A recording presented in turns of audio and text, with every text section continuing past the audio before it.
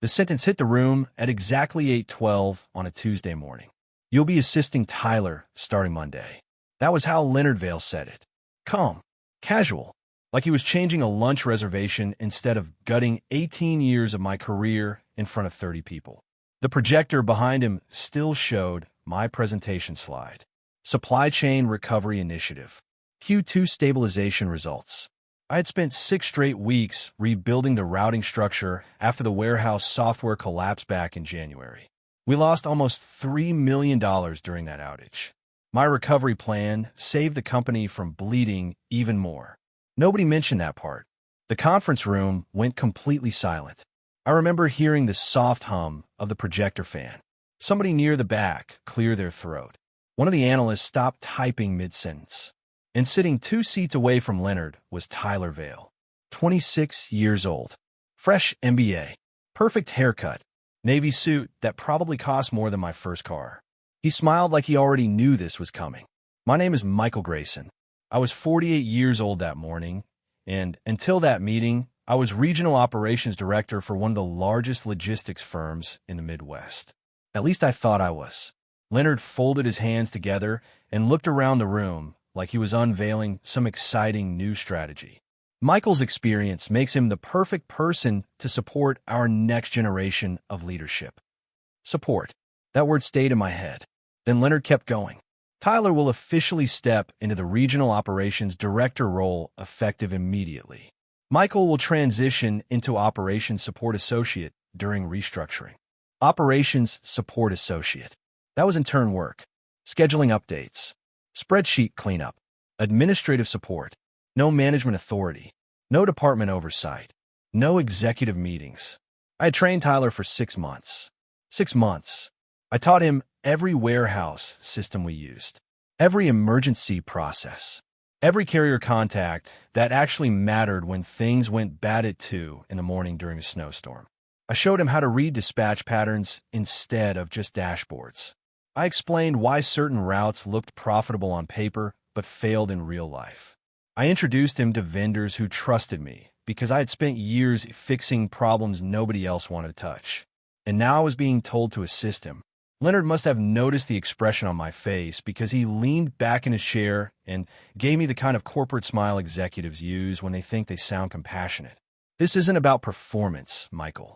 It's about modern leadership alignment. Modern leadership alignment. I understood exactly what that meant.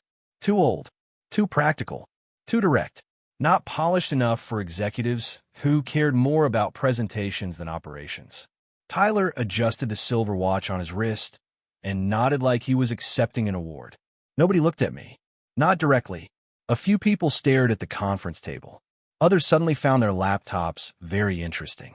I kept my face calm because men my age learn something important after enough years in corporate life. If this is your first time here, hit subscribe to join our community. I share real workplace stories every day for anyone who believes quiet competence should always be respected. The moment you lose emotional control in a room like that, they stop hearing your words. So I nodded once and asked the only question that mattered. What happens to my current team? Leonard answered immediately. Tyler will oversee them moving forward. Of course he would. The meeting ended 7 minutes later. 7 minutes to erase nearly 2 decades. People filed out quietly. A few gave me those tight, little workplace smiles people use when they feel uncomfortable but don't want to get involved. Tyler stayed behind. Mike, he said carefully, I know this probably feels sudden. Probably. I looked at him for a second. Really looked at him. 6 months earlier, he didn't know the difference between carrier allocation and route balancing. He once almost delayed a medical shipment because he thought weather buffer timing was too conservative. Now he at my office. I trained you, I said quietly. His expression tightened just enough for me to notice. That's why Leonard thinks this transition will work. Transition. Another nice word for replacement. By noon, HR had already emailed me onboarding documents for my new role. Onboarding documents. Like I was a new hire. I sat alone in my office, staring at the screen while my phone buzzed with fake supportive messages from people too nervous to say anything honest. Then Leonard stopped by my doorway around 4:30. One more thing, he said. Clear out your office by Friday. Tyler needs the space before the client tour next week. And just like that, he walked away. I remember standing there after he left, staring through the glass walls at the operations floor I helped build. People spoke differently around me already. Quieter, careful, like my value had disappeared the second leadership decided it had. That night, driving home, all I could think about was my daughter's nursing school tuition bill sitting on our kitchen counter. My wife, Karen, had cut back her work hours after surgery 3 months earlier. And for the first time in 18 years, I felt something crack inside me. Not anger, something colder than that. Loyalty leaving the room. When I first joined Hartwell Logistics, the company operated out of a warehouse that smelled like diesel fuel and wet cardboard. That was 19 years earlier. Back then, we only managed regional freight across 3 states. Half the routing system lived on whiteboards. Drivers called dispatchers directly from truck stops because the tracking software barely worked. I started as a night operations supervisor making $42,000 a year. Nothing glamorous, but I understood systems. More importantly, I understood people inside systems. That matters more than executives think. Over the years, Hartwell expanded fast. New warehouses, new software, bigger contracts, bigger promises. But underneath all the polished presentations and executive speeches, most of the operation held together because experienced people quietly fixed problems before leadership noticed them. I became one of those people. Storms shut down routes across Nebraska. I rebuilt schedules overnight. Fuel shortage during the winter freeze. I negotiated temporary carrier exceptions before competitors could react. Vendor threatening to walk away during contract disputes. I knew which manager to call personally instead of sending another useless corporate email. Nobody applauded that kind of work. Operations only becomes visible when it fails. That's the dirty secret of companies like Hartwell. The better you are at your job, the less people think you're doing. By the time Leonard promoted me to Regional Operations Director, I had already built most of the process structure, keeping 6 distribution centers connected. Routing escalation chains. Emergency recovery procedures, manual override systems. None of it looked impressive in board meetings, but it kept freight moving. Then Tyler arrived. Leonard introduced him during a leadership breakfast like he was unveiling the future of the company. "My nephew just finished his MBA at Northwestern," he announced proudly. "Fresh perspective, modern leadership mindset." I remember Tyler shaking my hand with that polished confidence business schools teach people before they ever manage real consequences. Leonard assigned him directly to me for immersive operational training. At first, I honestly tried to help him succeed. I spent hours walking him through dispatch systems. I explained warehouse labor balancing and route compression. I showed him why timing mattered more than appearance in logistics. Tyler listened carefully. He took notes. Asked smart-sounding questions. But after a while, I noticed something. He learned language faster than responsibility. He could repeat executive phrases perfectly. Efficiency optimization, organizational alignment, strategic modernization. But he didn't understand what happened when real systems broke. About 2 months into training, Tyler almost shut down a major Denver route because he ignored weather delay buffers during a snowstorm. On paper, his schedule looked more efficient. In reality, 3 trucks would have ended up stranded halfway across Wyoming. I caught the mistake 30 minutes before dispatch. Tyler laughed nervously afterward and said, "Good thing you spotted it." Another time, he tried renegotiating rates with one of our oldest carrier partners during a crisis week when they were already covering emergency overflow routes for us. The carrier manager called me personally. "Mike," he said, "does this kid understand timing at all?" I smoothed it over without embarrassing Tyler. That became a pattern. I protected him from consequences while teaching him how the operation actually worked. One evening after a late shift, I remember telling him something that now feels almost stupid. "Operations runs on trust," I said.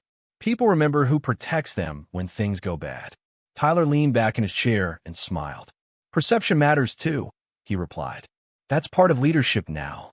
I should have understood the warning hidden inside that sentence. After my demotion, things changed fast. Coworkers who used to stop by my office suddenly avoided eye contact. HR moved me to a small desk near the intern stations on the 4th floor. My old office already had Tyler's nameplate outside before the week ended. The worst part wasn't losing the title. It was realizing the people making these decisions had no idea how much of the company depended on systems only I fully understood. And they were arrogant enough to think replacing me was just another staffing adjustment. The first real failure happened less than 3 weeks after my demotion, and it started in Denver. I remember the exact morning because I was sitting at my tiny 4th floor desk reviewing freight exception reports when one of the dispatch supervisors walked over quietly. "Mike," she said, keeping her voice low, "you should probably look at this." She slid a printed route sheet across my desk. Temperature-sensitive pharmaceutical inventory. Priority hospital delivery.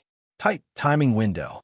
And Tyler had just approved a route adjustment that made absolutely no sense. He rerouted the shipment through a secondary carrier lane to improve fleet utilization efficiency. That was the phrase written in his approval notes. On a dashboard, the change probably looked beautiful. In real life, it was a disaster waiting to happen. The revised route pushed refrigerated inventory through 2 transfer points during a heat spike moving across Colorado. One delay at either hub would break temperature compliance. I stood up immediately. Did dispatch push back on this? The supervisor nodded once. He overruled them. Of course he did. By then, Tyler had started treating experienced managers like outdated obstacles instead of people who understood the operation. I walked downstairs to the executive floor and found him inside my old office. My office. That still hit me every time. Tyler barely looked up from his laptop when I entered. "What's up, Mike?" I handed him the routing sheet. "This shipment shouldn't move through Pueblo transfer. The timing margins are too tight." Tyler leaned back calmly. "We ran the numbers. That's not the same thing as understanding the route." He gave me a patient smile. The kind younger executives use when they think experience is just resistance to change. We need to modernize how we think about efficiency. There was that word again. Efficiency. People who never carried operational responsibility loved that word. I looked at him for another second before walking out. Not because he convinced me, because Leonard had made something painfully clear during my demotion. Tyler was in charge now. By midnight, the first delay hit. A refrigeration issue during transfer loading backed up inventory timing by 43 minutes.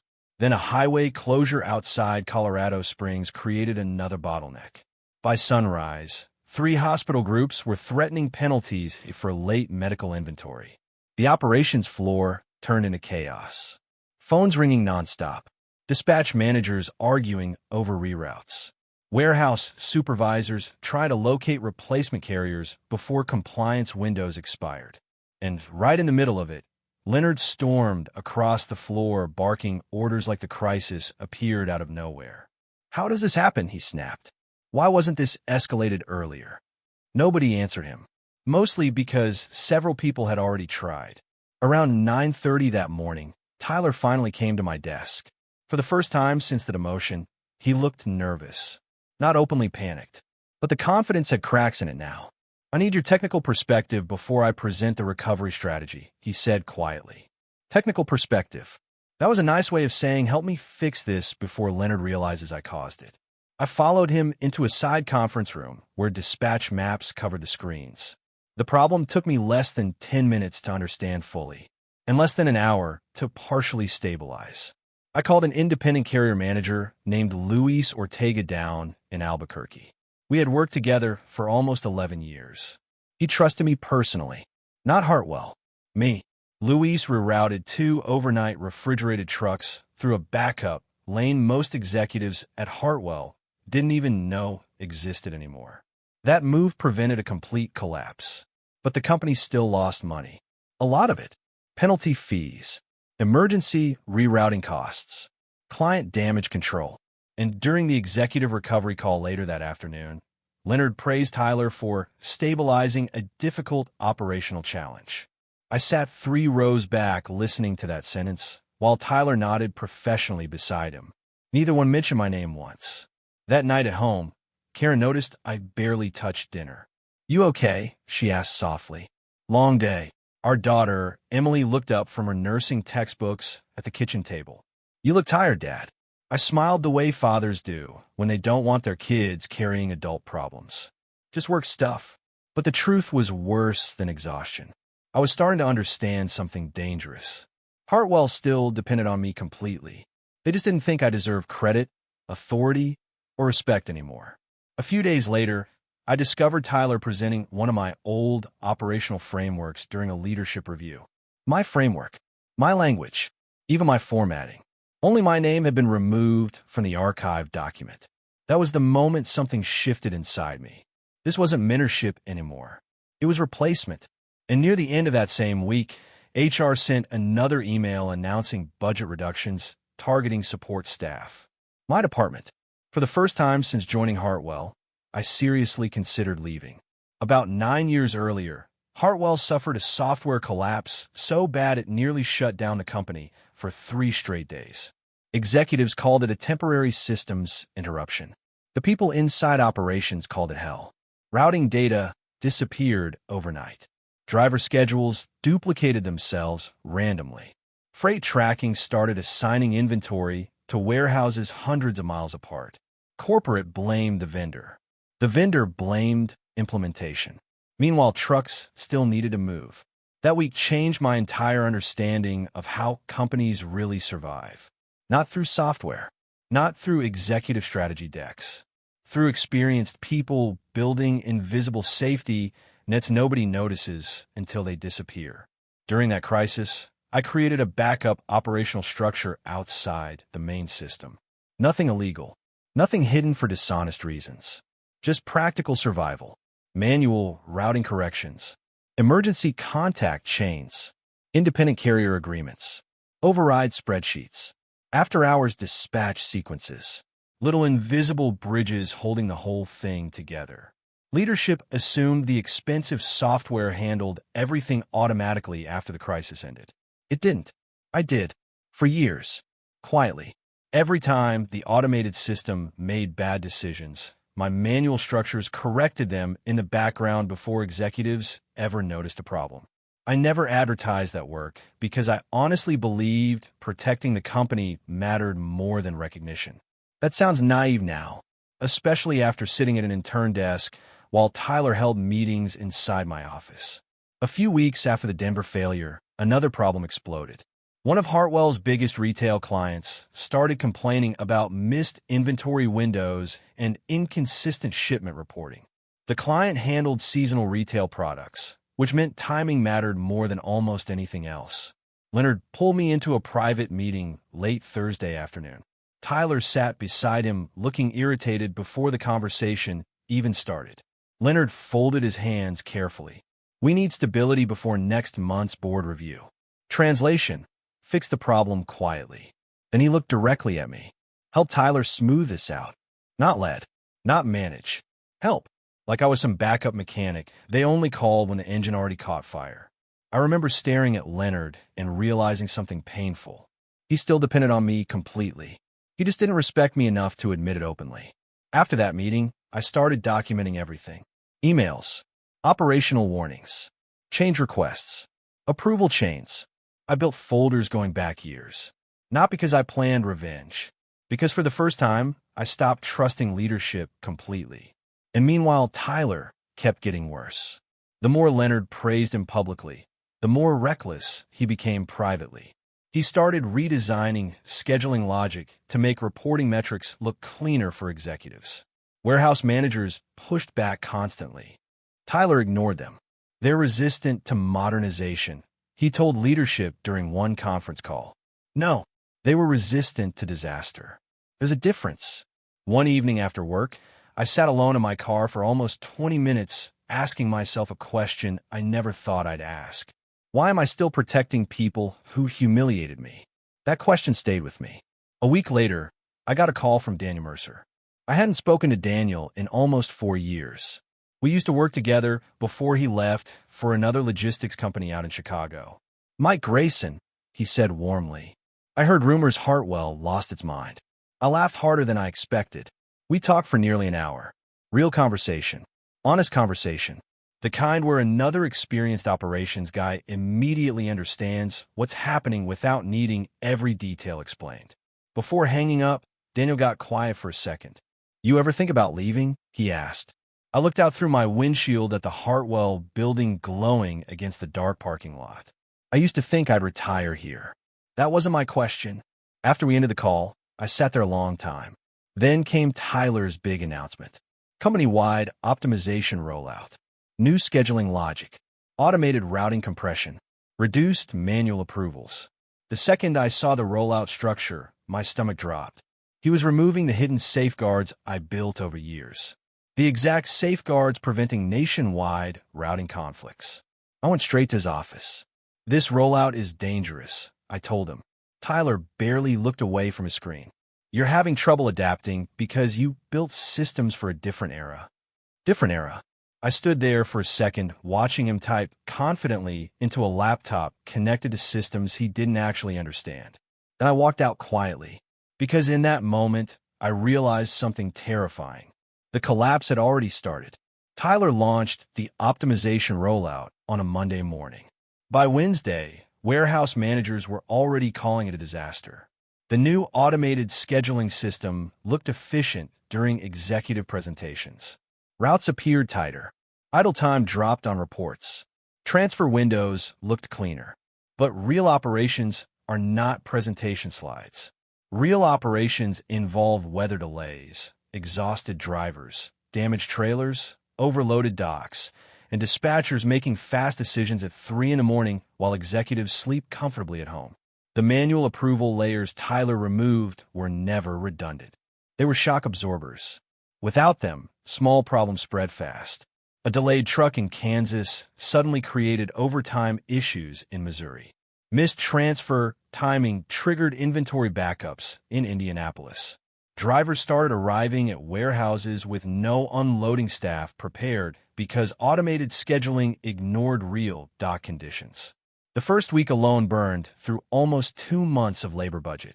And for the first time in years, I didn't step in before leadership noticed. I still did my assigned work professionally. I answered questions when people asked directly, but I stopped staying late to quietly rebuild broken schedules nobody appreciated. I stopped correcting executive mistakes before they became visible. I stopped protecting people determined to erase me. That change felt strange at first, almost wrong, like watching a house fire after spending years carrying water buckets alone. The panic spread quickly through operations. Dispatch supervisors started bypassing Tyler entirely and calling each other privately for solutions. Warehouse managers argued during conference calls. Drivers complained about impossible schedules. Leonard blamed staff resistance. Of course he did. Executives almost never blame strategy first. They blame the people closest to the damage. Meanwhile, Tyler started unraveling behind closed doors. Publicly, he still acted polished. Calm voice, clean presentations, corporate language. Privately, he looked exhausted. One afternoon, I walked past my old office and heard him snapping at 2 dispatch managers. Why wasn't this escalated earlier? One of them answered carefully. It was. Silence followed, because everybody in that room knew the truth. They had warned him repeatedly. Around that same time, Daniel Mercer flew in from Chicago and took me to dinner after work. No fancy steakhouse. Just a quiet restaurant near the river where operations people could talk honestly without pretending to impress each other. Daniel listened while I explained what was happening at Hartwell. Not once did he interrupt me. Not once did he act like experience was outdated. Finally, he slid a folder across the table. Inside was an executive offer. Vice President of Network Stability. Higher salary than I had ever made at Hartwell. Performance bonuses. Full operational authority. Direct access to the COO. But honestly, the money wasn't what hit me hardest. It was respect. Daniel looked me straight in the eye and said, "We know what you actually built over there." I didn't answer immediately, because despite everything, part of me still loved Hartwell. I missed birthdays for that company, worked through vacations, spent nights sleeping in warehouse offices during storm emergencies because I refused to let operations collapse. Leaving felt less like changing jobs and more like abandoning a life I spent nearly 20 years building. Then Leonard made the final mistake. Friday morning leadership meeting. Conference room B. half the executive floor packed inside, listening to another operational failure update. Leonard stood near the screen reviewing losses, while Tyler sat beside him, staring at spreadsheets. Then Leonard looked directly at me. These transition problems were made worse by a lack of support during operational restructuring. I knew exactly what he was doing, making me the scapegoat.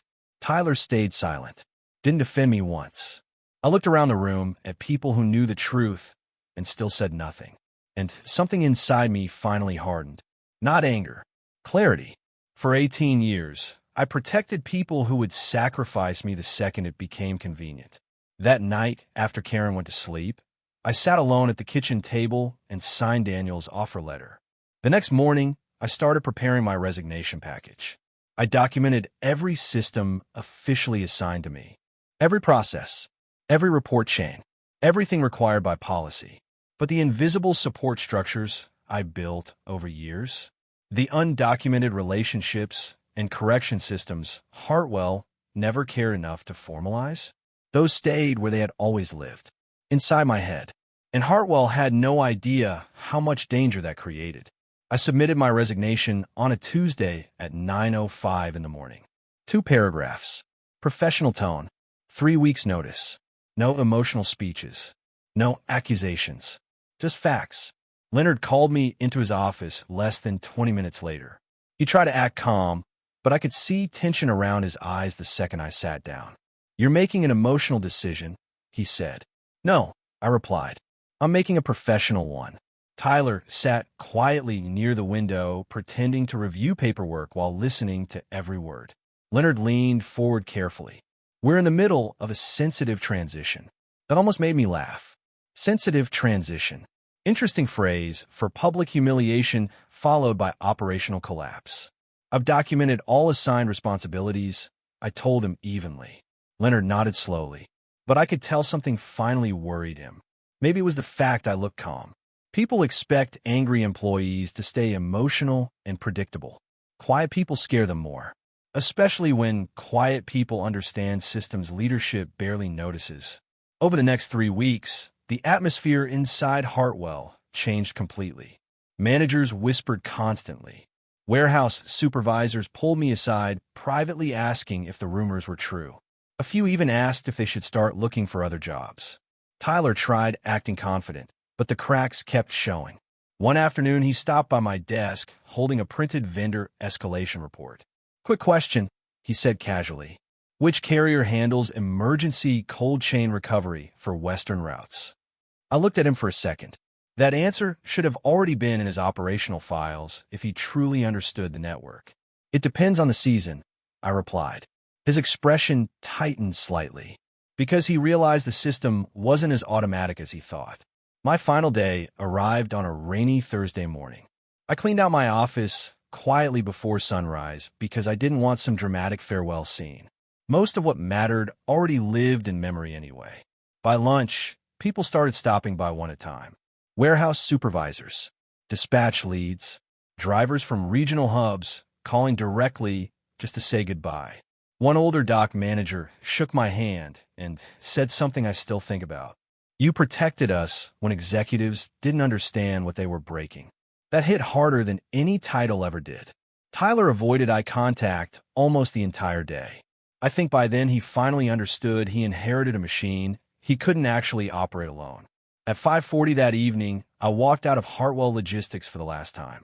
No applause, no dramatic exit, just rain hitting the parking lot while 18 years ended quietly behind me.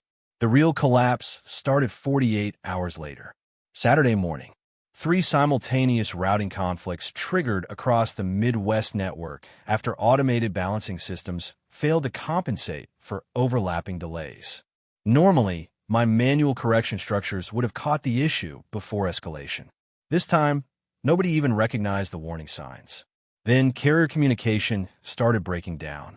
Independent freight partners I maintained relationships with personally stopped prioritizing Hartwell emergency requests because nobody from leadership knew how those relationships actually worked.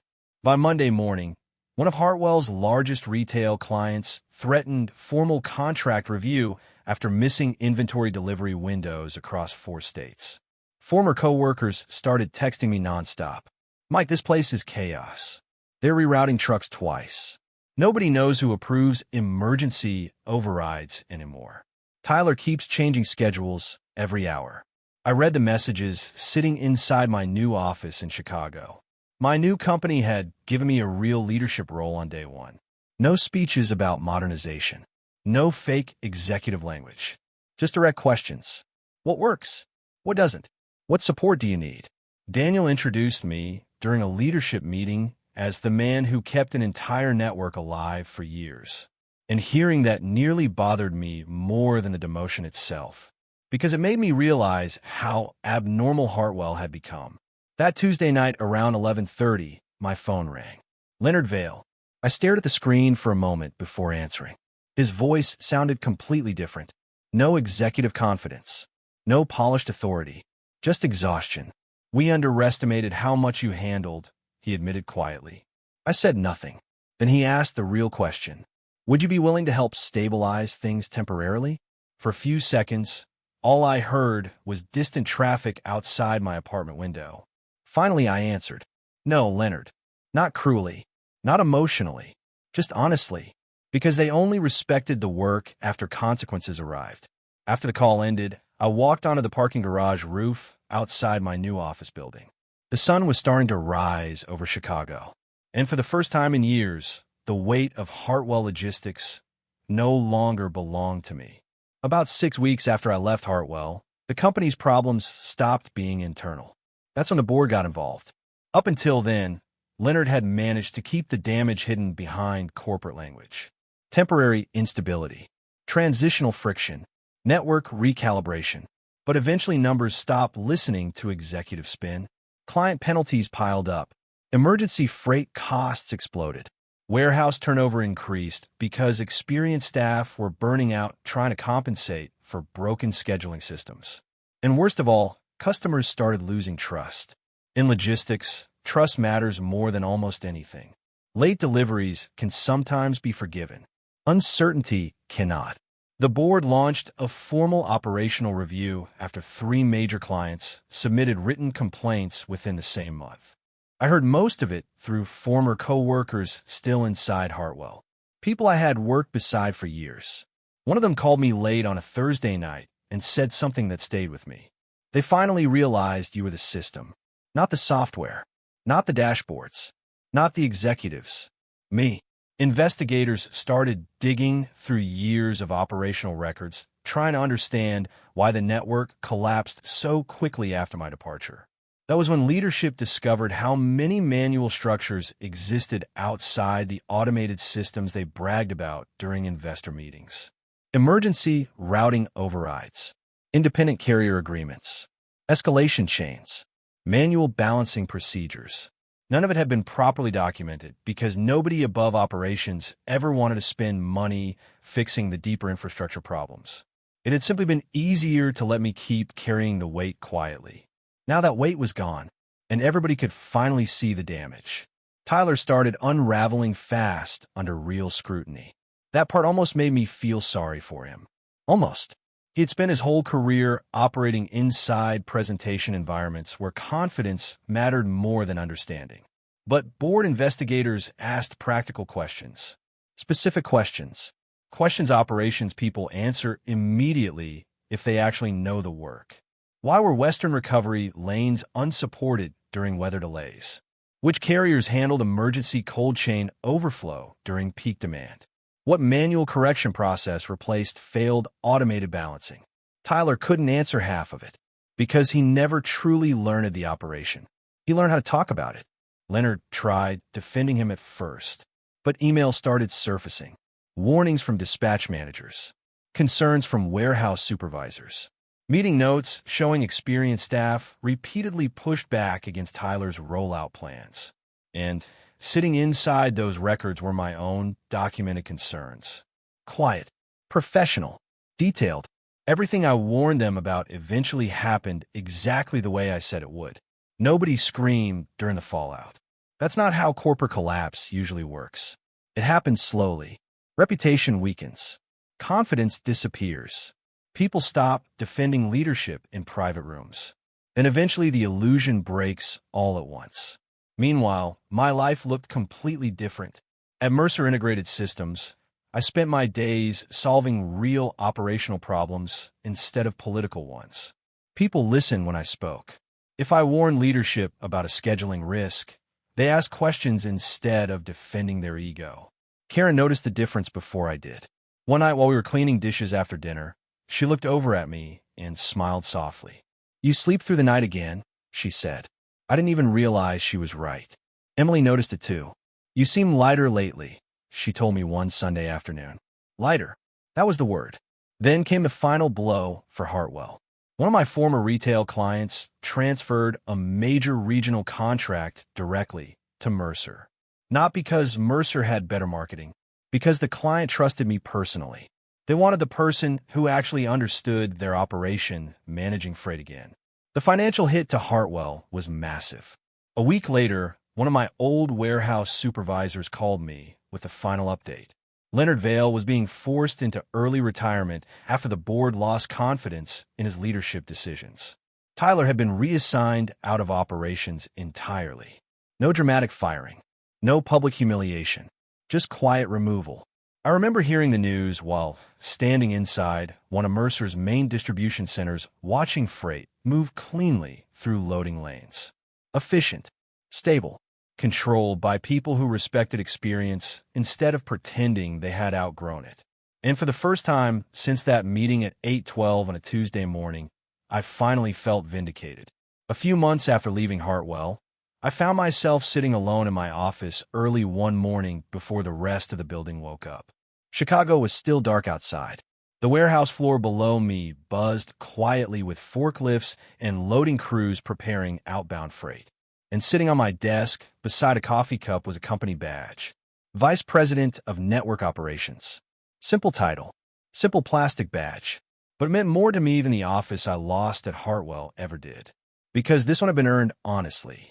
Not inherited. Not handed over because of family connections or executive image.